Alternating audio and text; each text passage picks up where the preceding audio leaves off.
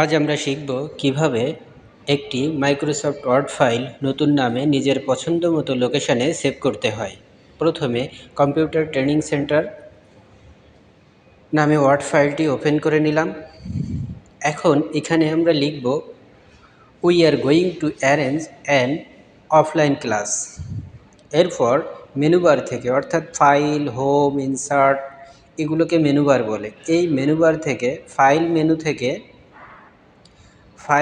থেকে save as click করব। File menu থেকে সেভ অ্যাসে ক্লিক করব। ফাইল মেনু থেকে সেভ অ্যাস ক্লিক করব।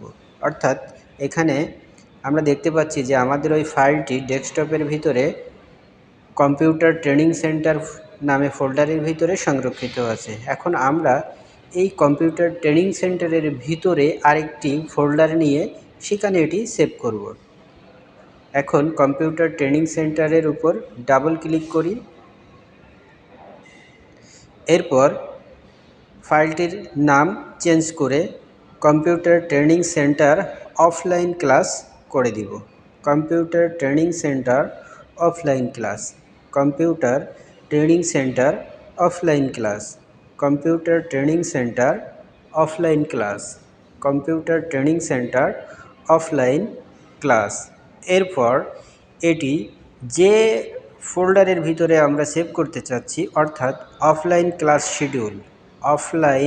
ক্লাস শিডিউল সিলেক্ট করে সেভ বাটনে ক্লিক করে দিব।